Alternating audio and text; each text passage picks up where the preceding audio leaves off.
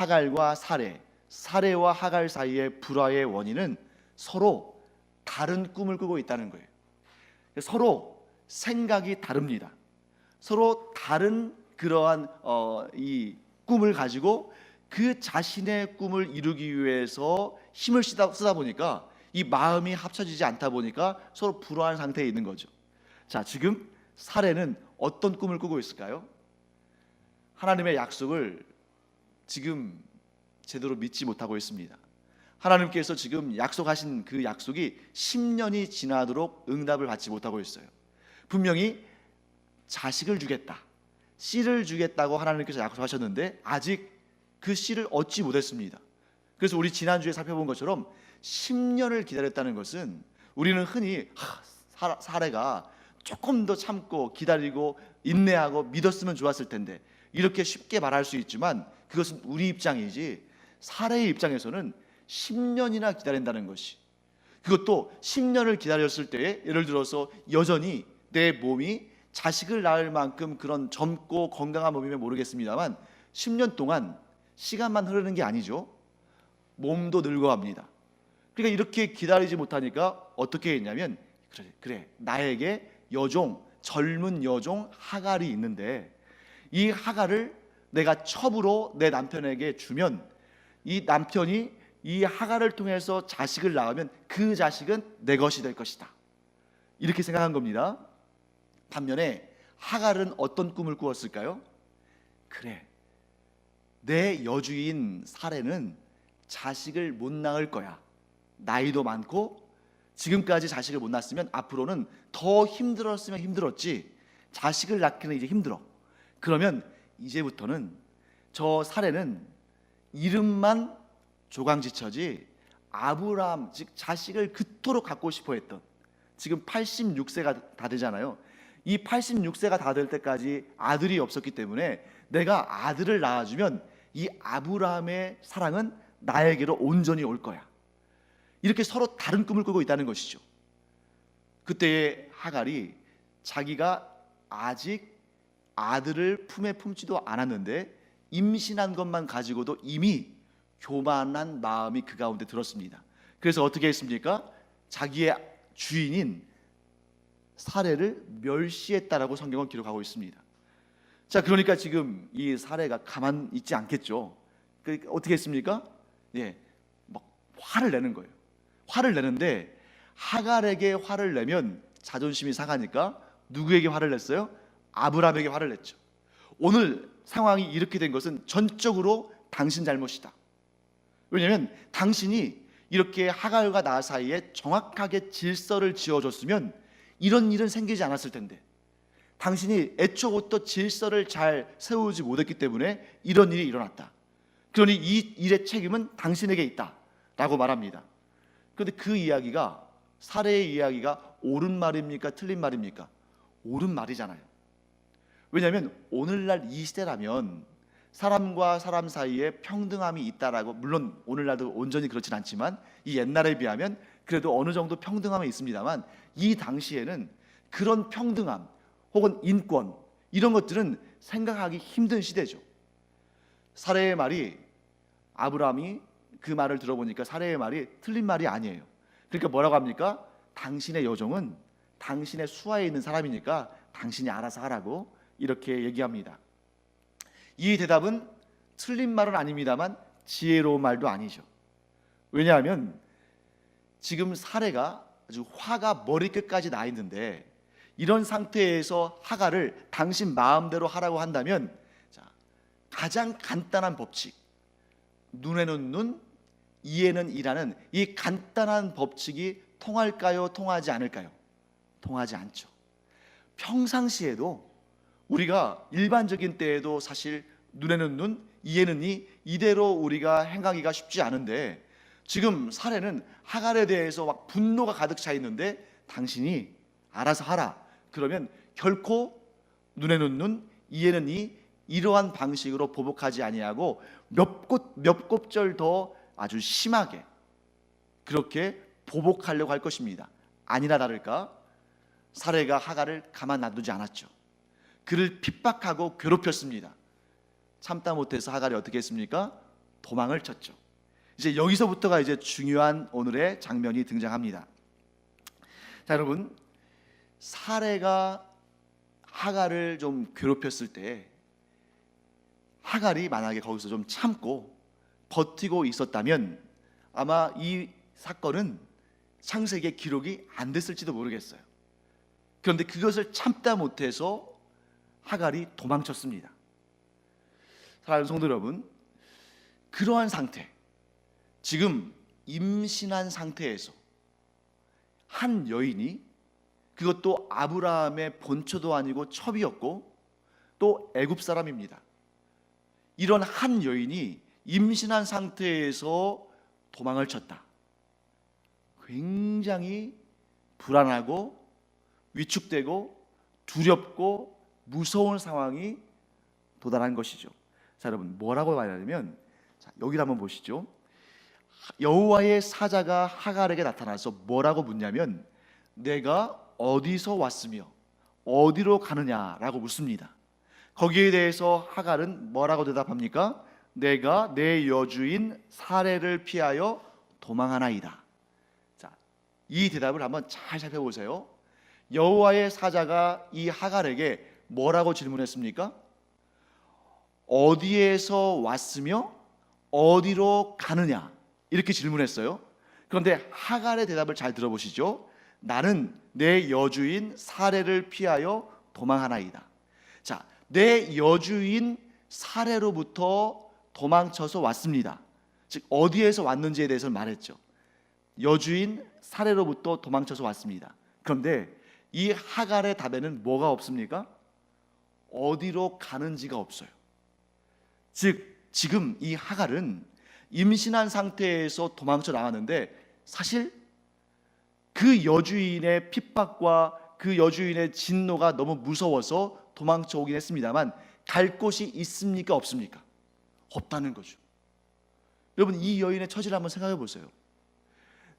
이 당시에 여러분, 남자도 아니고 여자고 본초도 아니고 후첩이고 그냥 일반적인 몸 상태도 아니고 임신한 상태입니다. 그런데 자기의 고향 애굽을 떠나왔고 그 먼 곳으로 왔는데 정처 없이 지금 떠나오긴 했습니다. 도망쳐 나오긴 했습니다만 갈 곳도 없어요. 그때 여러분, 이 여호와의 사자가 이 하갈에게 이렇게 말합니다. 뭐라고 말하냐면, 너의 여주인에게로 돌아가라. 여러분, 한번 생각해 보세요. 지금 이 하갈이 그 여주인의 핍박을 피해서 도망쳐 나왔습니다.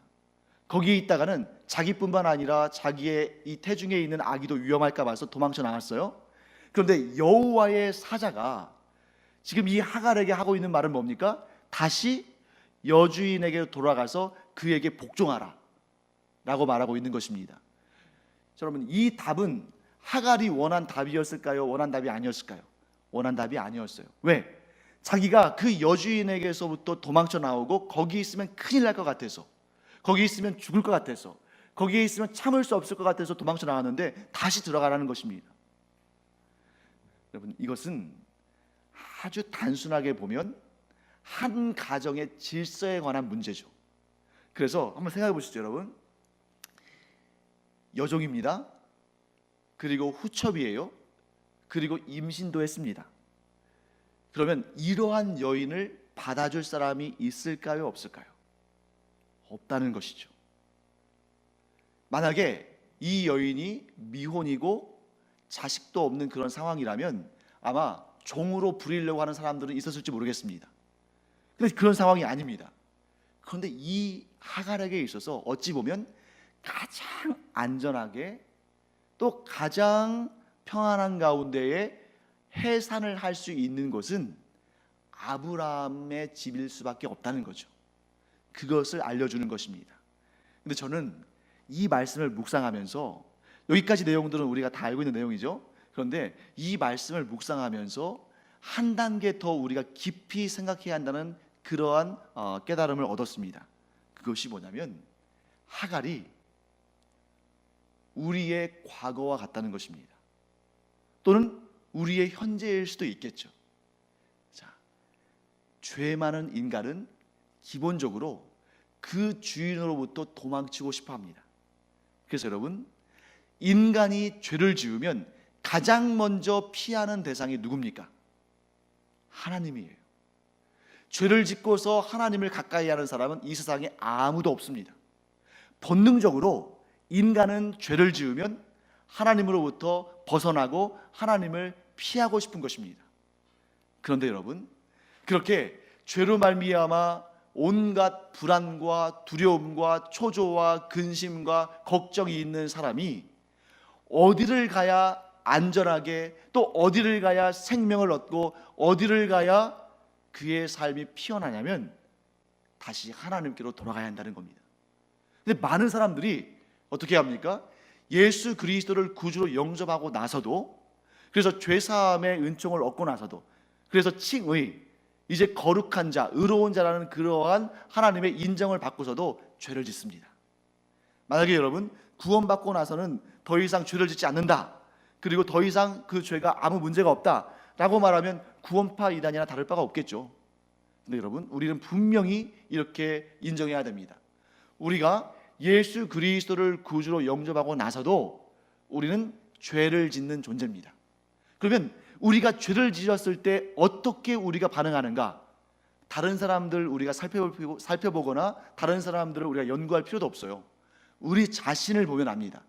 우리가 이 땅에서 자범죄를 지었을 때, 원죄의 차원이 아니라 우리가 예수 믿고 나서 이제 칭의, 의롭다 여기심을 받고 나서도 이렇게 죄를 짓는데, 우리가 죄를 지을 때 가장 먼저 하는 일은 무엇인가? 하나님의 얼굴을 피한다는 것이죠. 하나님의 집에 그 평안과 기쁨과 감사와 기쁨을 놔두고 도망친다는 것입니다. 마치 오늘 누구와 같이? 하갈과 같이.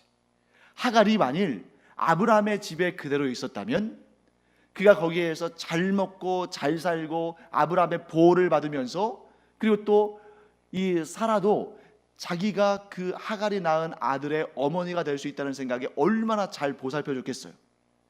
그러니까 이 하갈이 그 집에 그냥 남아있고 그 질서를 지키며 살았다면 평안하게 자식을 낳고, 또 그 자식이 비록 사라의 손에, 사라의 품 안에서 키워진다 할지라도 이 아들의, 이 아브라함의 이 대를 이어갈 그 아들로서, 아들의 즉 상속자가 될 자로서의 생모로서의 삶을 누릴 수가 있는 것입니다.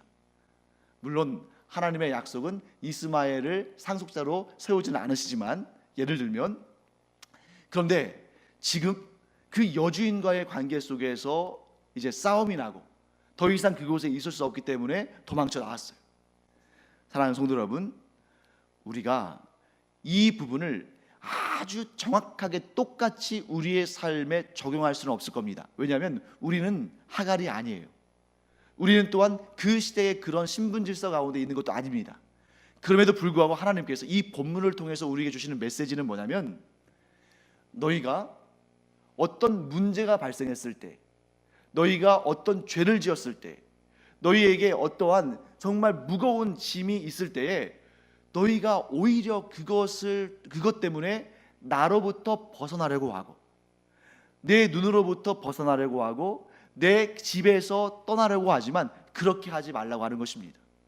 사랑하는 성도 여러분, 우리는 어느 때든지 우리가 죄나 또는 허물이나 어떤 문제 때문에 하나님과의 관계가 좀 틀어진다거나 또 하나님과의 관계가 좀 어떤 문제가 생겼을 때 도리어 하나님 앞으로 달려가는 여러분과 제가 되기를 간절히 축원합니다. 그러니까 이 자리에 오신 여러분들은 참 귀한 분들이에요. 왜냐하면 제가 여러분들의 그 속마음을 다 알 수는 없죠. 근데 우리 가운데 죄가 없고 허물이 없고 문제가 없는 사람이 어디 있겠습니까? 그런데 많은 이들이 내 안에 허물이 있고 죄가 있고 문제가 있으면 하나님으로부터 도망치려고 한다는 거예요.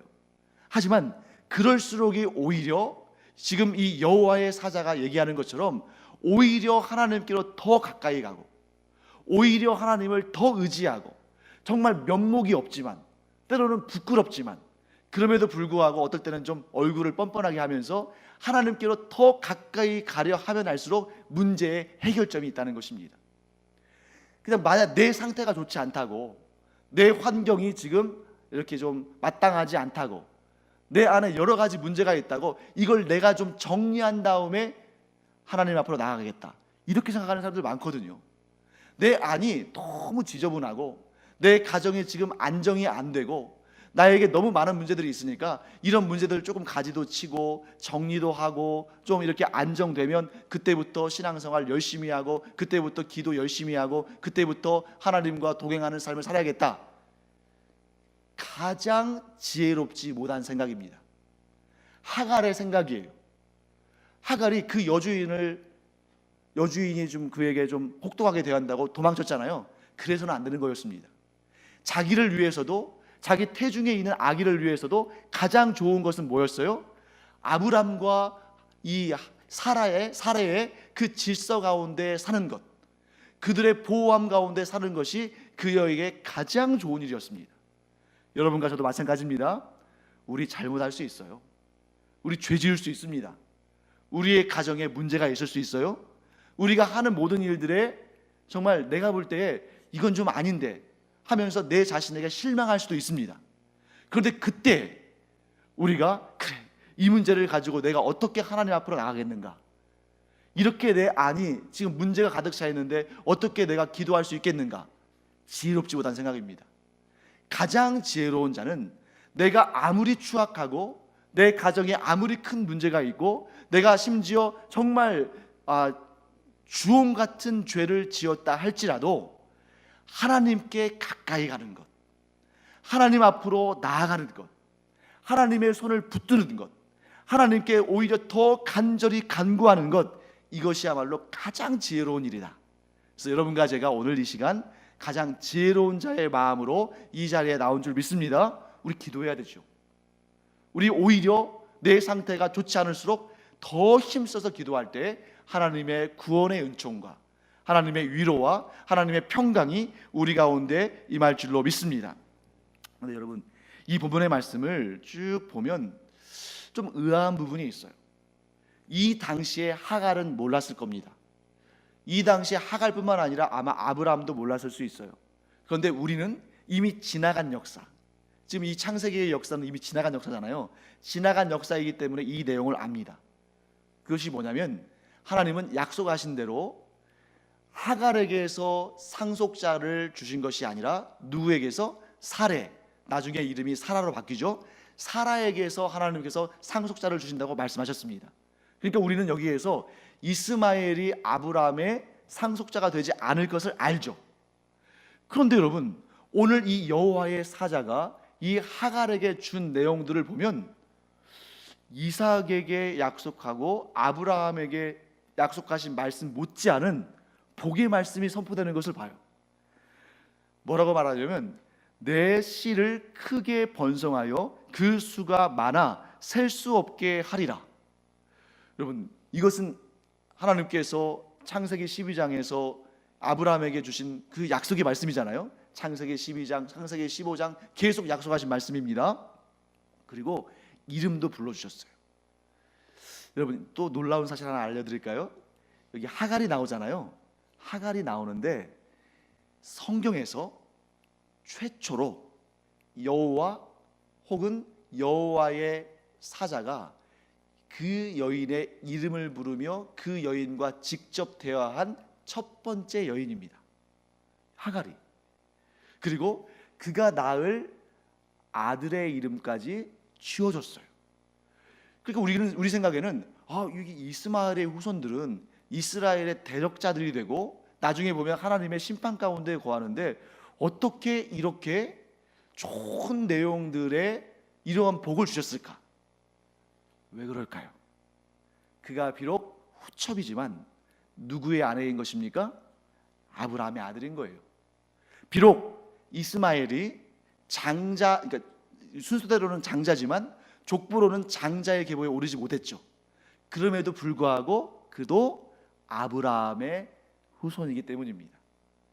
그러니까 여기에서 여러분, 하갈도 그렇고 이스마엘도 그렇고 장자의 상속자의 신분을 얻지 못하지만 그럼에도 불구하고 그에게 주어진 복이 너무너무 크다는 겁니다. 그러면 여러분, 여러분과 저는 여기에서 무엇을 깨달아야 되냐면 이런 중요한 사실을 깨달아야 됩니다.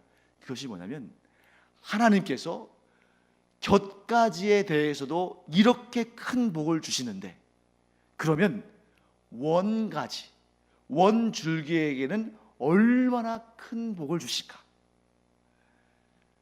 지금 이 이스마엘은 복의 곁가지인 거예요. 복의 중심은 아닙니다. 분명히 하나님께서는 이 이전에 약속하셨어요. 사라의 몸에서부터 나오는 그 아들이 장차 복의 근원인 아브라함의 상속자가 되고 그가 하나님께서 기뻐하시는 큰 민족을 나오게 하는 그러한 하나님의 귀한 자로 세움을 받을 것을 하나님은 약속하셨습니다. 그러니까 이 원줄기가 얻을 복은 얼마나 큰 것인가를 이 말씀을 통해서 알 수 있다는 거죠. 사랑하는 성도 여러분, 우리가 우리 자신 한번 잘 돌아보기 바랍니다. 세상 사람들이 우리를 통해서 놀라운 복을 얻을 줄 믿습니다. 우리 그리스도인들을 통해서 우리 그리스도인들만 잘 살고 잘 되는 것이 아니라 우리 그리스도인들을 통해서 이 주변에 그리스도인들의 주변에 있는 사람들이 잘 되고 복되고 은혜를 얻을 줄 믿습니다. 그렇다면 여러분, 우리는 속으로 저 사람들에게 왜 복이 임하지? 저 사람들이 안 믿는 사람들인데 왜 이렇게 형통하지? 안 믿는 사람들인데 저렇게 악한 사람들이 어떻게 이렇게 잘 먹고 잘 살지? 때로 우리 안에 그러한 해석되지 않고 의문으로 남는 문제들이 있어요.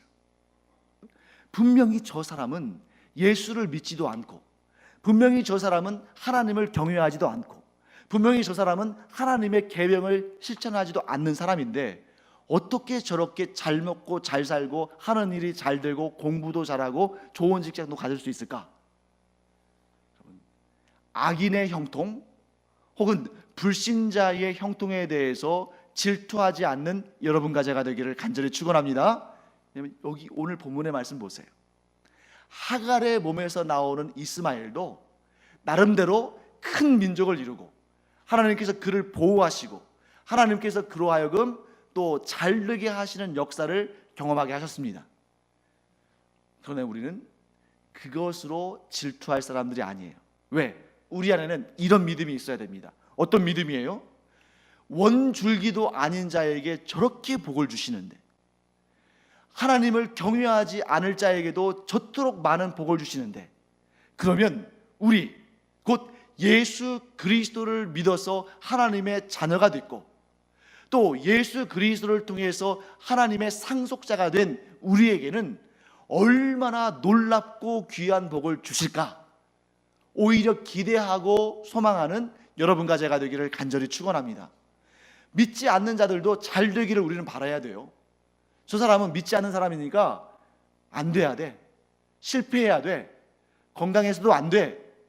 저 사람은 심판받아 마땅해. 이런 생각 갖지 않기를 바랍니다. 그들도 잘 되기를 바라야 되죠. 그게 우리 성도의 본분입니다. 그런데 우리는 거기에서 한 걸음 더 나가야겠죠. 분명히 하나님의 원자녀들, 예수 그리스도의 제자들을 향한 복은 더 크고 더 놀랍다. 이것은 돈으로 환산되는 것도 아니고 세상의 성공으로 이렇게 계급지어지는 것도 아닙니다.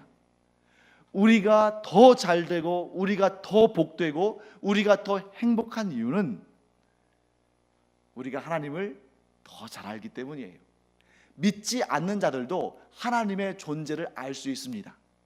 하지만 우리는 하나님의 존재를 아는 것으로 끝나는 것이 아니라 그 하나님이 나의 주인이시고 나의 아버지시고 나와 동행하시는 분이시고 나에게 모든 순간순간마다 가장 좋은 것을 주시는 분이시다. 이 믿음을 갖는 여러분과 제가 되기를 간절히 축원합니다. 그래서 여러분 여기에서 이 하갈이 뭐라고 고백하냐면 나를 살피시는 하나님. 여러분 이 부엘라 히로이에서 지금 이 하갈이 여호와 하나님의 사자를 만났습니다만 그것은 곧 여호와 하나님을 만난 거나 마찬가지죠. 그러면서 이런 고난 가운데서도 나를 살피시는 하나님을 내가 만났다라고 고백하는데 예수 그리스도를 구주로 영접해서 하나님을 아버지라 부르게 된 우리, 그냥 아버지도 아니고 뭐예요? 아빠, 아버지라고 부르게 된 우리는 얼마나 하나님께서 우리를 살펴주시겠습니까? 고난 가운데서도 살펴주시고, 낙심한 가운데서도 살펴주시고, 어려움과 환난과 그러한 모든 문제들 가운데서도 우리를 늘 살펴주시고 보호하시고 지켜주실 줄 믿습니다. 이 믿음을 가져야 한다는 것이죠. 사랑하는 성도 여러분, 그렇기 때문에 오늘 우리가 하갈 이야기를 볼 때 우리가 혼동하지 않기 바랍니다.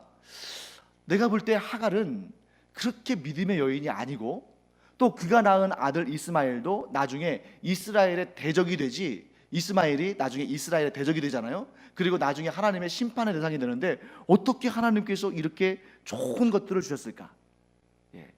그것이 우리에게 부러운 것이 아니라 오히려 하갈과 이스마엘에게 이렇게 크고 복되고 아름다운 것을 주신 하나님께서 우리에게는 얼마나 좋은 것을 주실까 하는 기대감으로 하나님 앞에 기도하며 나아가는 여러분과 제가 되기를 간절히 축원합니다.